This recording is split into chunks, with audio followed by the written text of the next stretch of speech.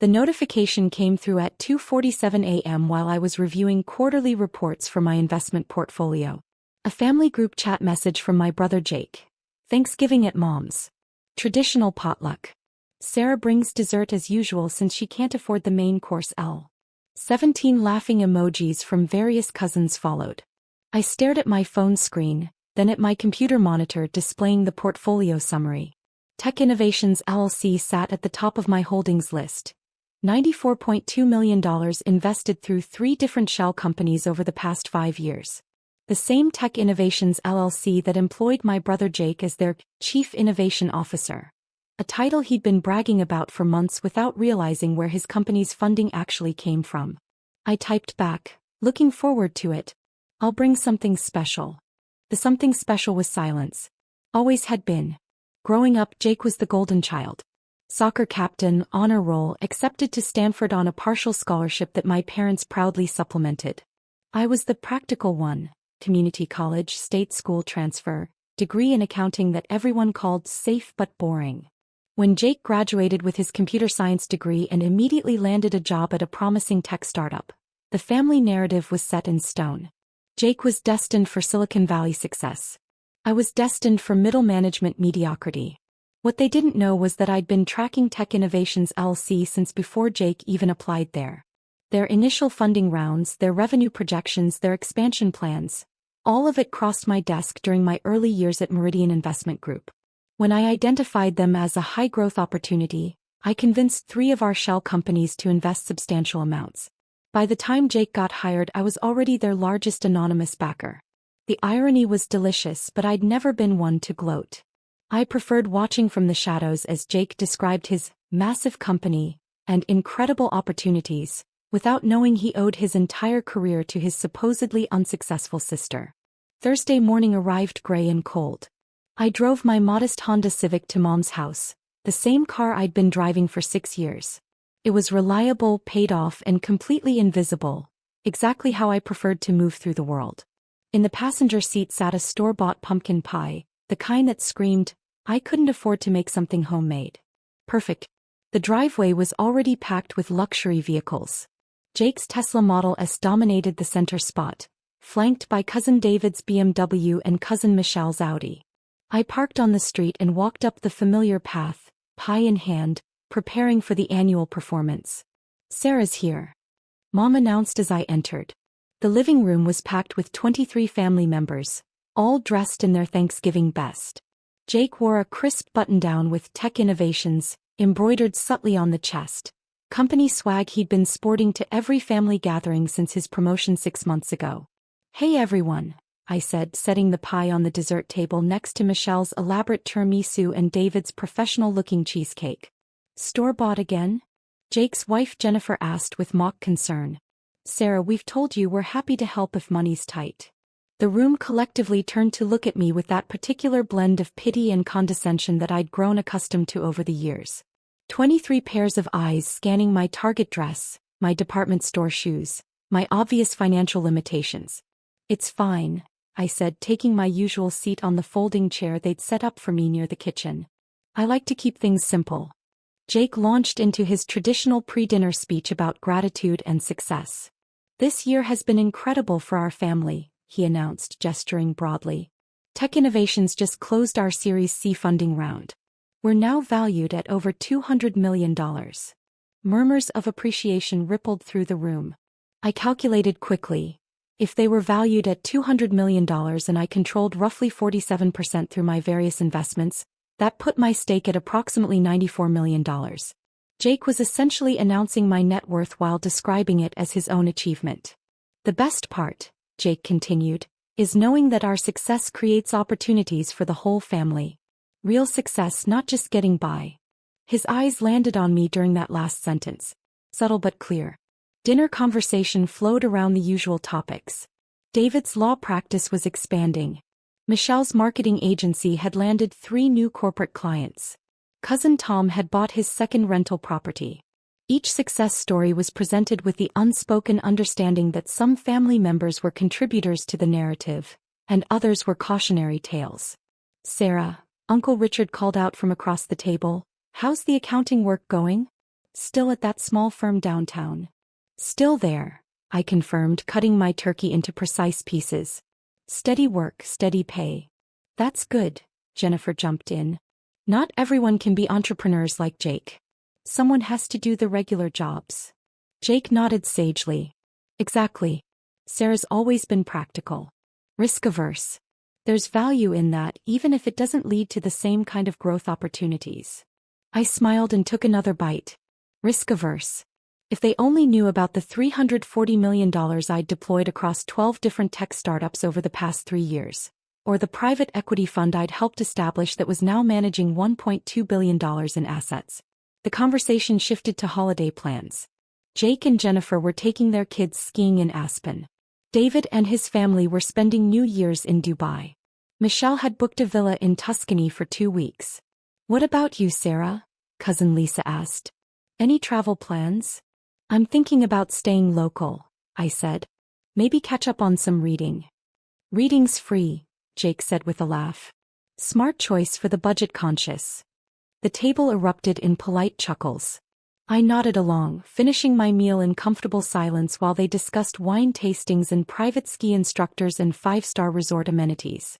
After dinner, the family gathered in the living room for the traditional gratitude circle. Each person shared what they were most thankful for this year. Success stories piled upon success stories. Promotions, investments, property acquisitions, business expansions. When it reached Jake, he stood up with the confidence of someone who'd never questioned his place in the world. I'm grateful for the opportunity to build something meaningful, he said. Tech innovations isn't just a job for me, it's a mission. We're creating technology that changes lives, and we're doing it with the kind of funding and support that most startups only dream about. Our investors believe in us completely, and that trust allows us to take the big swings that smaller companies can't afford. He paused, scanning the room with satisfaction. But mostly I'm grateful for family. For having people who understand what real success looks like and who support each other through the journey. Not everyone is cut out for the entrepreneurial path, and that's okay. We need people in steady, predictable roles too. Sarah's always been our reminder that there's honor in consistent, modest work. The room murmured approval. Several people glanced at me with expressions that mixed sympathy with genuine affection. Poor Sarah, working her steady little job, content with her steady little life. When my turn came, I stood up slowly. I'm grateful for perspective, I said simply. For understanding that things aren't always what they appear to be on the surface. And I'm grateful for the opportunity to make decisions that align with my values, even when those decisions aren't immediately visible to everyone around me. I sat back down. The circle continued without anyone asking for clarification about my cryptic response. Later, as people were gathering coats and preparing to leave, Jake cornered me in the kitchen while I was helping Mom load the dishwasher. Sarah, he said, his voice taking on that particular tone he used when he wanted to have a serious conversation. I hope you don't take any of this the wrong way. The comments about steady work and being practical, I mean them as compliments. I know you do, I said, rinsing a plate under the running water. It's just that sometimes I worry about you. You're 34, you're single, you're in the same job you started 7 years ago. I know you're probably dealing with some financial stress, and I want you to know that Jennifer and I have talked about it. If you ever need help, a loan, or maybe we could connect you with someone at Tech Innovations who's hiring for administrative positions, we're here for you. I turned off the water and looked at him directly. Jake's face was earnest, concerned, completely genuine in his desire to help his struggling sister. That's very kind, I said. But I'm actually doing fine. I know you're proud, he continued, but there's no shame in accepting help from family. Especially when some of us have been fortunate enough to be in positions where we can offer it. Behind Jake, I could see his Tesla through the kitchen window, gleaming under the streetlight. Beside it, my Honda looked exactly like what it was. A sensible car chosen by someone who either couldn't afford better or didn't prioritize automotive status symbols. I appreciate the offer, I said. Really. But I think you might be surprised by how well things are actually going for me. Jake smiled indulgently. Sarah, you work at a small accounting firm and drive a 6-year-old Honda. There's nothing wrong with that, but let's be realistic about what doing well means. You're right, I agreed. Let's be realistic. The next morning, I sat in my modest apartment, A 2-bedroom unit I'd deliberately chosen in a middle-class neighborhood, with my laptop open to my investment portfolio dashboard. The numbers were all there, clearly displayed across multiple screens. Total assets under management, $847 million. Net worth, $312 million. Annual passive income, $47 million. I picked up my phone and dialed Marcus Chin, my portfolio manager at Meridian Investment Group. "Good morning, Sarah," Marcus answered on the second ring. "Happy day after Thanksgiving. How was your family dinner?" "Educational," I said. "Marcus, I need to make some adjustments to the Tech Innovations holdings." "Of course. What are you thinking?" I pulled up the Tech Innovations file on my screen. 3 shell companies held stakes: Meridian Ventures LLC 23%, Pacific Growth Fund 15%, and Cascade Holdings 9%. Combined, they represented $94.2 million in invested capital and gave me effective control over major company decisions. "I want to withdraw completely," I said. "All 3 entities, full liquidation." There was a pause on Marcus's end. "That's significant, Sarah. Tech Innovations is one of our strongest performers. Their Q3 numbers just came in 15% above projections, and they're on track for IPO consideration next year. Are you sure about this timing?" "I'm certain." "Can I ask what's driving this decision? If there's something in their fundamentals that I'm missing." "It's not about fundamentals," I said. "It's about alignment." Marcus had been managing my investments for 8 years. He'd learned not to question my decisions when I used the word alignment. It was my code for moves that were driven by factors beyond pure financial return. "Understood," he said. "How do you want to handle the timeline? We could structure this over several months to minimize market impact." "No," I interrupted. "I want it done today. All of it. Full withdrawal with immediate effect." Another pause. "Sarah, that's going to trigger some serious consequences for Tech Innovations. Your holdings represent nearly half their total funding. If we pull out all at once, they're going to face immediate liquidity issues. Their expansion plans, their hiring projections, their operational budget. Everything gets thrown into chaos." "I understand. Their stock price will crater. Employees will panic. They might have to implement immediate layoffs just to maintain cash flow." "I understand. Including your brother." I looked out my apartment window at the city skyline. Somewhere out there, Jake was probably arriving at the Tech Innovations offices, checking his email, reviewing his calendar, completely unaware that his sister was about to reshape his entire professional reality. "Especially my brother," I said quietly. "Okay then," Marcus said. "I'll start the paperwork immediately. Full liquidation of all Tech Innovations positions across all 3 entities. You should expect the first calls to start coming in around 11 a.m. when the markets open and the automated alerts trigger." "Thank you, Marcus." "Sarah? For what it's worth, I hope you know what you're doing." I hung up and made myself a cup of coffee. Then I sat back down at my laptop and began reviewing other positions in my portfolio. Tech Innovations had been a solid investment, but it was hardly irreplaceable. I had 12 other high-growth tech companies, plus diversified holdings in real estate, biotech, renewable energy, and international markets. The loss of $94 million in Tech Innovations would barely register in my overall financial picture. For Jake's company, however, it would be catastrophic. At 11:17 a.m., my phone started ringing. The caller ID showed Jake Donovan. I let it go to voicemail. 11 minutes later, he called again. Then again at 11:32. By noon, I had 7 missed calls from Jake, plus 3 from Jennifer, 2 from Mom, and 1 from Uncle Richard. The voicemails told the story. 11:17 a.m. Jake, confused. "Sarah, call me back. Something weird is happening at work." 11:28 a.m. Jake, concerned. "Sarah, I need to talk to you. There's some kind of financial crisis at Tech Innovations. Call me back immediately." 11:34 a.m. Jake, panicked. "Sarah, where are you? Our funding just disappeared. Like all of it. $94 million just vanished. The board is freaking out. Call me back right now." 12:03 p.m. Jennifer, worried. "Sarah, Jake is having some kind of breakdown. Something happened at his work. Can you please call him back?" 12:15 p.m. I'm frantic. "Sarah, your brother needs you.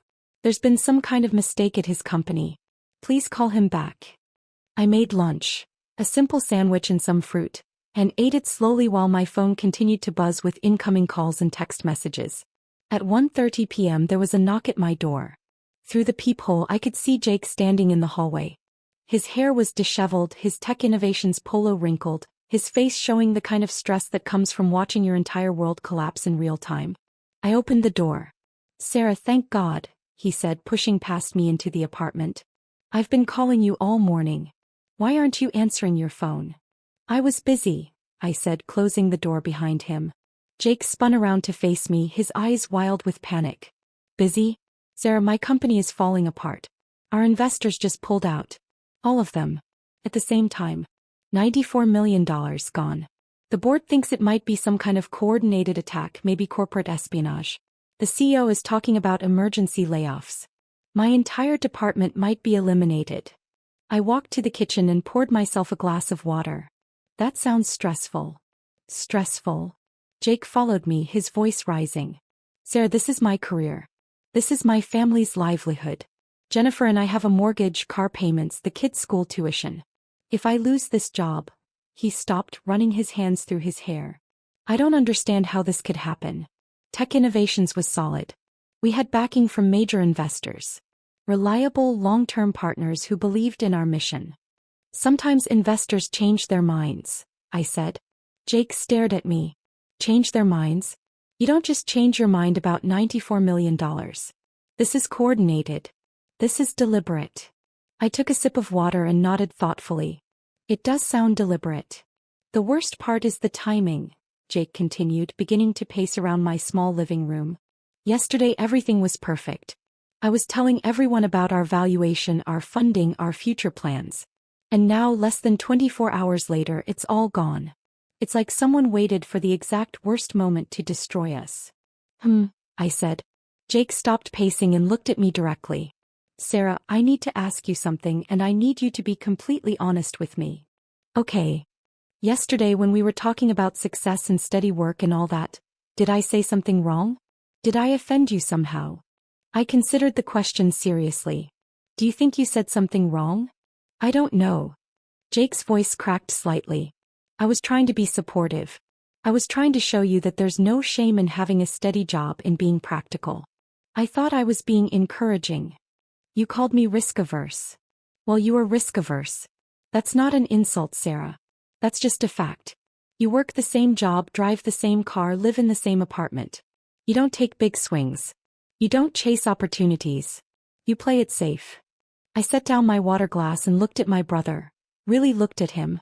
Jake was 36 years old, successful by most conventional measures, respected in his field, well-liked by his colleagues. He had a beautiful wife, 2 healthy children, and until this morning, a bright professional future.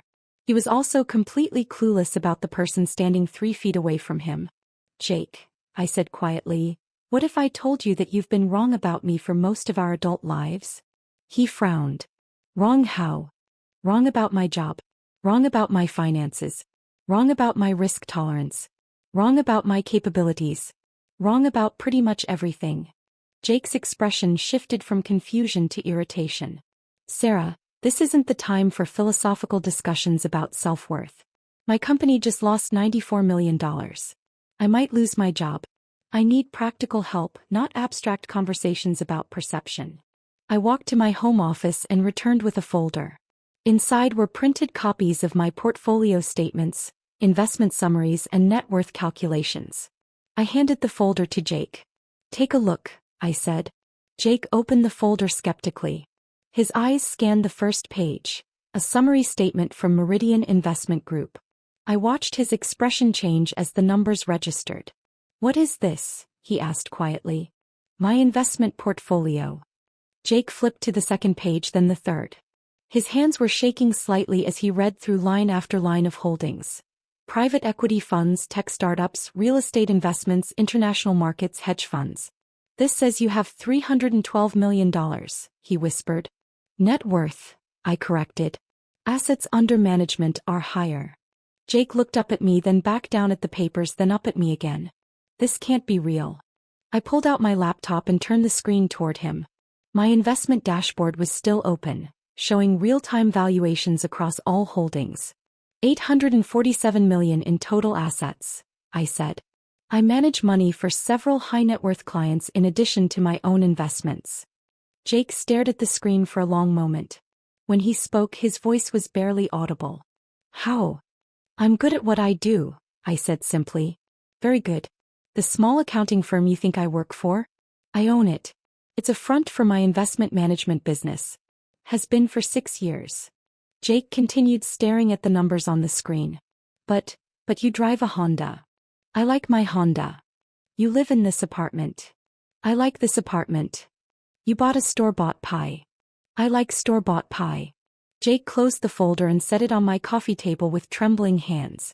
Sarah, if this is real, if you actually have this kind of money, then why do you live like this? Why do you let everyone think you're struggling? I closed my laptop and sat down across from him. Because I wanted to see who you all really were when you thought I had nothing to offer you. The words hung in the air between us. Jake's face cycled through several expressions. Confusion, realization, shame, and finally, a dawning understanding of what had happened to his company. The investors who pulled out of Tech Innovations, he said slowly. The $94 million. That was you. That was me. You destroyed my company because of what I said at Thanksgiving dinner? I shook my head. I didn't destroy your company because of what you said yesterday. I withdrew my investment because of who you've chosen to be for the past 15 years. Jake stood up abruptly, began pacing again. This is insane. You're telling me that you've been secretly rich this entire time, funding my company without telling me, just so you could pull the rug out when I said something you didn't like.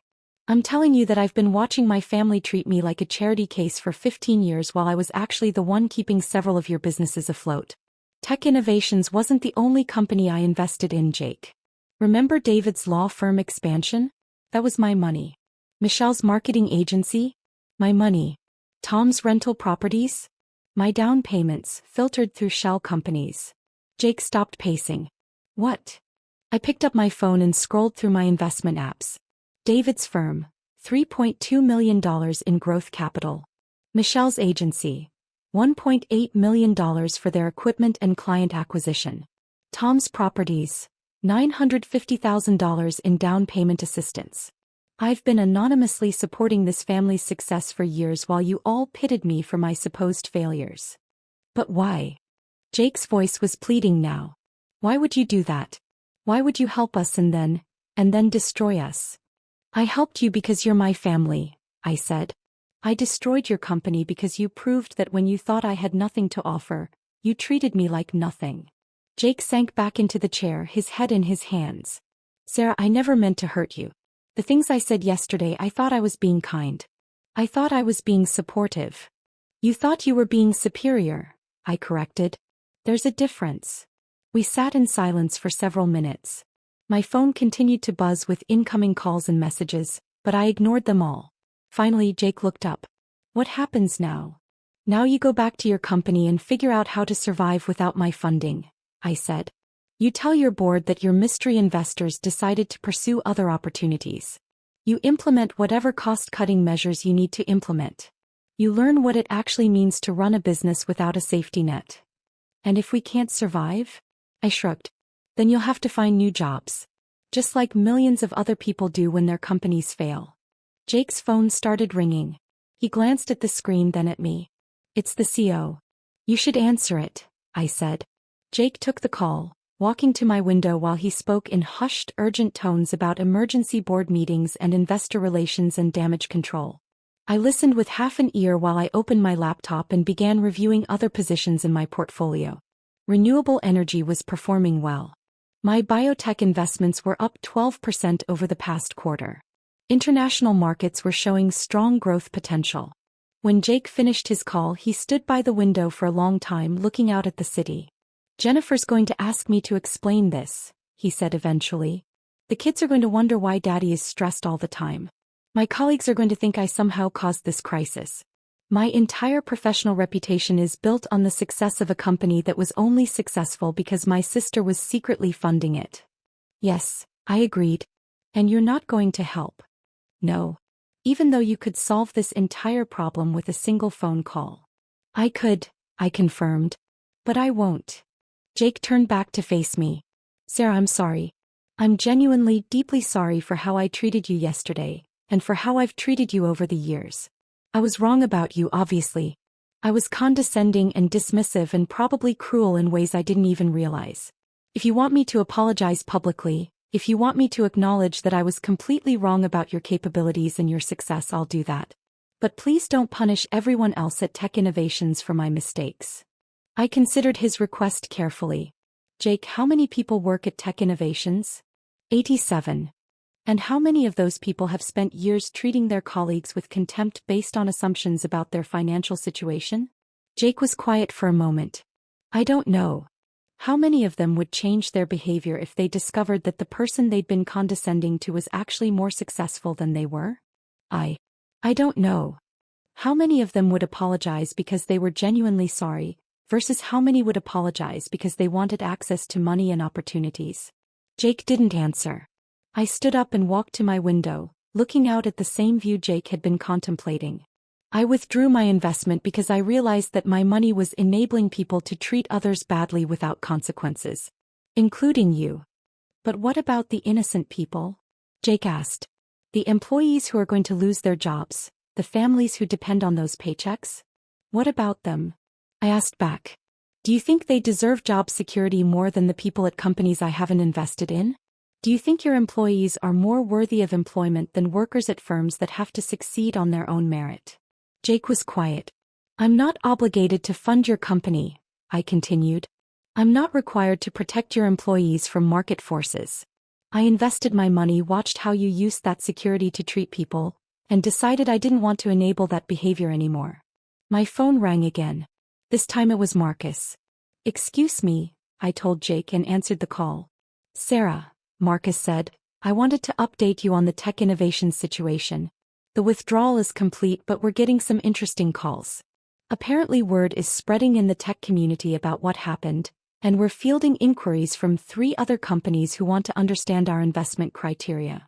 What kind of inquiries? Companies that are specifically highlighting their workplace culture, their diversity initiatives, their commitment to treating all employees with respect. It seems like the message is getting out that character matters to our investment decisions. I glanced at Jake, who was watching me intently, trying to piece together my side of the conversation. That's interesting feedback, I said. Any of them worth pursuing? 2 look promising. Both have strong fundamentals and leadership teams that seem to understand that sustainable success requires treating people well at every level. I'll send you the preliminary reports. Thanks, Marcus. I hung up and looked at Jake. Your company's collapse is already creating opportunities for businesses that prioritize character over profits. Jake stared at me. You're actually proud of this. I'm satisfied with it, I corrected. There's a difference. Jake gathered his things, his car keys, his phone, the folder with my financial statements that he'd been clutching like a lifeline. I need to go, he said. I need to figure out how to explain this to Jennifer and to my team, and to everyone whose livelihood just got destroyed because I was an ass to my sister. Okay. At the door, Jake paused. Sarah, for what it's worth, I think you're wrong about this.